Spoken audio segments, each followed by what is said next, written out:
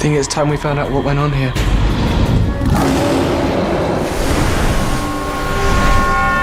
Would you like to step into a magical world through a secret door? The Chronicles of Narnia was a fresh concept back in the day. Kids and teens love to watch it for all the good reasons. We've loved every bit of the story, so we might have some news for you. The Chronicles of Narnia by C.S. Lewis is a series of 7 books that lets you do just that.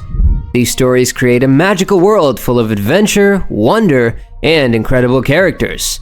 Narnia is so detailed and fascinating that it can stand right next to the famous world of Middle-earth from J.R.R. Tolkien's books. But what makes Narnia so special? Why do these stories capture the hearts of readers young and old? In the middle of the Chronicles of Narnia series is a place called Narnia.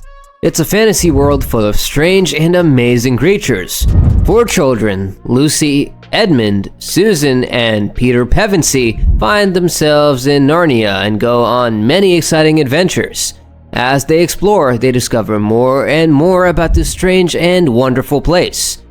Some people think so, but C.S. Lewis, the author, never officially said this. While there are clear biblical themes in the books, Lewis liked when people shared their own ideas about what the stories mean. He didn't want to say they were wrong. After the big success of Harry Potter and the Sorcerer's Stone in 2001, the Narnia books were turned into movies too. In 2005, The Lion, the Witch, and the Wardrobe came out in theaters, and in 2008, Prince Caspian was released. The Voyage of the Dawn Treader was the 3rd and last Narnia book made into a movie. The series stopped after that. There was going to be a 4th movie, The Chronicles of Narnia, The Silver Chair, but it was cancelled when the film series ended. In 2018, Netflix announced they would reboot the Narnia series. However, for 5 years, there was little news about the project. That is, until now. The latest update is that Netflix will start production in 2024, with Greta Gerwig, known for Barbie, as the director. The Silver Chair is the 4th book published in the Chronicles of Narnia series, but the 6th in story order. It follows Estes Scrubb and his friend Jill Pole, who visits Narnia for the first time. Aslan sends them on a mission to rescue Prince Rilian, the son of King Caspian. They find Rilian captured and tied to the Silver Chair. Before they can free him, they are caught by the Lady of the Green Kirtle, who can change into a serpent-like creature. Eventually, Rilian defeats her. A big drop in box office money for each Narnia movie made the studio, Walden Media, change its plans. Instead of making The Silver Chair next, they thought about adapting The Magician's Nephew, a prequel. But this idea was scrapped when Walden Media lost the rights to The Chronicles of Narnia in 2011. In 2013, they said they were making a new version of The Silver Chair, this time with the Mark Gordon Company. At first, things looked good when Joe Johnston, who directed Captain America, joined the project in 2017.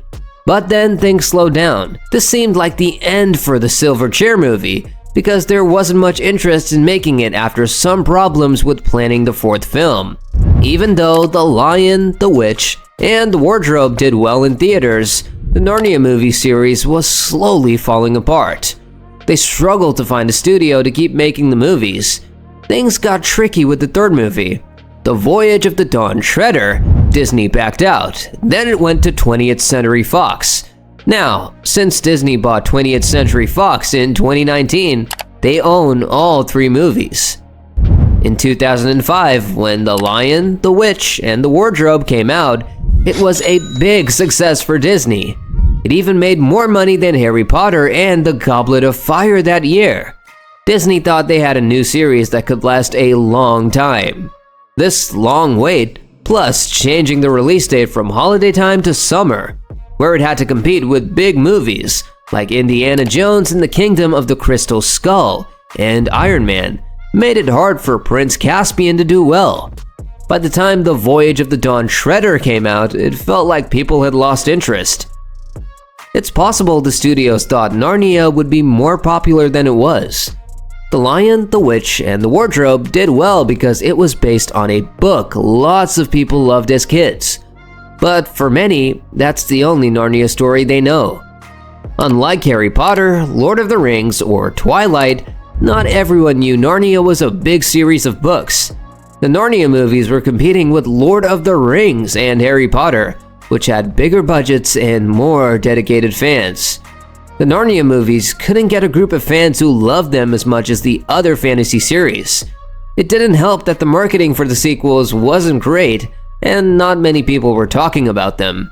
This made fewer and fewer people happy with each new movie. Netflix has had the rights to make Narnia stuff for a while, but the fans didn't know what to expect next. Now, after Greta Gerwig's movie, Barbie did really well in 2023, she's free to work on Narnia. But then there were strikes from SAG-AFTRA and WGA. Some people really like Disney's Narnia movies, but they're not flawless. They came out around the same time as the Lord of the Rings movies, but they're not seen as legendary as those. So there's a chance for someone like Greta Gerwig to make Narnia popular again. With some fantasy TV shows not doing so well lately, Narnia movies could be just what the fantasy genre needs. The hardest part about making Narnia movies is that the first book is the best one. Disney's version of The Lion, the Witch, and the Wardrobe is the favorite of their 3 movies, partly because it's such a good story. Out of all 7 Narnia books, the first one gets the highest rating on Goodreads, with 4.24 out of 5 stars. It has the best character stories for the 4 Pevensey kids and introduces Narnia in an exciting way, with lots of action at the end. All the Narnia books are good, and everyone likes different ones, but it's clear that The Lion, the Witch, and the Wardrobe is the easiest to turn into a movie. It has the most adventure and focuses a lot on the characters. In a positive interview about the Narnia movies, Greta Gerwig talked about the books being like euphoric dreams. This might mean she'll make the movies feel different from the big action-packed Disney ones. Another option could be starting with The Magician's Nephew, which is the first book in the series' timeline, even though it wasn't the first one published. This could make her movie stand out from the beginning, but it's risky because the book has different characters. For the other Narnia books, Greta Gerwig's job will be to make sure everything works well on screen. That doesn't mean changing the story, but finding ways to make the characters stand out, make the visuals interesting, and keep the story moving at the right speed for a movie. She could still keep C.S. Lewis's important messages while making Narnia movies that bring in new fans. So share your thoughts on this with us in the comments below. Also, don't forget to hit the like and subscribe button. Until next time, see you all.